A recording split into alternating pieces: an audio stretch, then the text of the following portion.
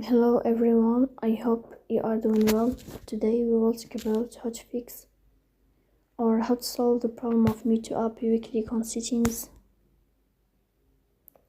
In this page, you will click on apps, default apps, app settings. Here you will search about the application of Meitu and you will enter. Here you will click on first stop and you will click OK.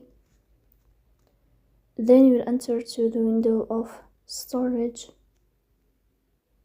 Here you will click on clear cache.